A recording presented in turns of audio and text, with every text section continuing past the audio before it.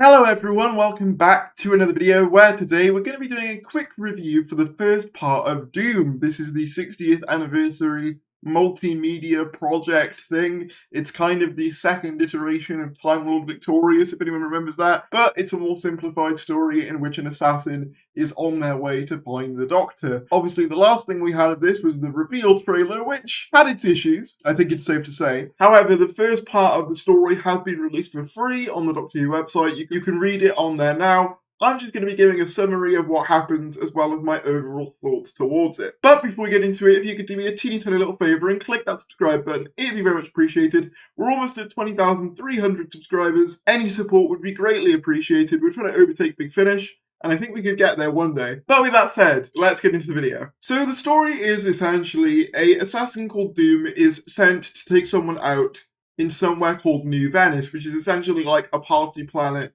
with a bunch of different species on it. Upon finding her target, she encounters the Doctor. It's left ambiguous as to which Doctor this is, although they are referred to as being older, as well as the brief dialogue they do have being quite blunt. So I'm inclined to believe that she meets Capaldi's Doctor. He basically warns her, don't do what you're about to do, and she basically ignores him and takes out her target anyway. This then unleashes death, as in literal death, to come after her, all the while she's basically trying to bicker with her, I guess, management for the assassin agency she works for, which is the Lesser Order of Oberon, to get her to be teleported somewhere else so she can escape death temporarily, all the while trying to find the Doctor. And she then finds her next mission at the Stormcage facility, in which she hopes to find the Doctor, as that is, of course, the location in which River Song is held. So overall, this was a fine start. It's part one in an ongoing multimedia story thing, and it was fine. Some of the dialogue I wasn't huge on, but I think it gave me enough of a reason to care about this character, at least initially. The premise is a lot simpler to understand than Time Lord Victorious, I will give it that, and I think there will be plenty of opportunity for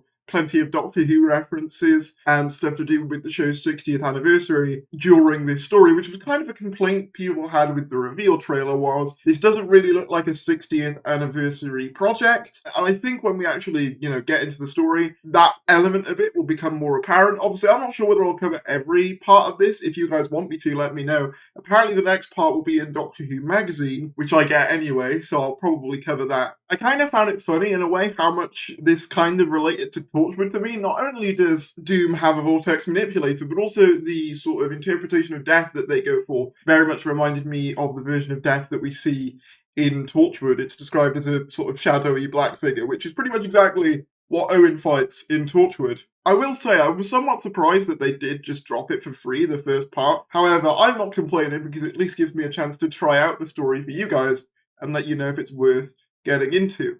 And yeah, there's not a ton more to say. It's a fine start. It's not something that's going to blow you away, but it was enough to lay the foundations. Although I will say, comparing this to the Big Finish 60th anniversary offering, which I also began covering last month, I do prefer the setup of that as a 60th anniversary kind of alternate media event, because that, I feel like, has the stakes and has the inbuilt sort of mystery of how is the Doctor degenerating through all these different phases, how is he going to cure this? It has that element of the audience automatically is intrigued by that, whereas with a new character you kind of have to do more legwork to get us to care about them. And I'm not saying that's impossible, but I just think for an anniversary thing, it's an easier sell if you have a character who the audience is already on board with, which, to be fair, they might do, like I say, as she meets more people from the Doctor's past. There's covers implying that she'll meet Missy, like I said. The ending of this one heavily implies she'll meet River. There's also a cover of her with the 2nd and 9th Doctors of the Slitheen. So it looks like she's going to meet a bunch of different Doctors and Doctor allies throughout her quest to find the Doctor